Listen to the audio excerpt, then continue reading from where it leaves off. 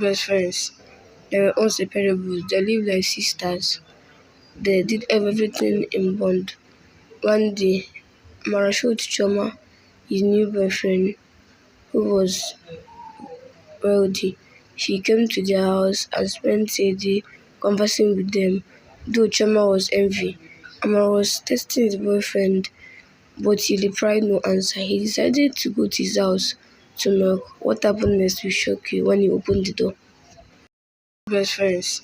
They were inseparables. They lived like sisters. They did everything in bond.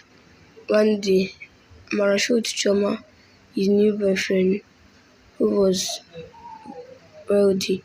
She came to their house and spent a day conversing with them, though Choma was envy.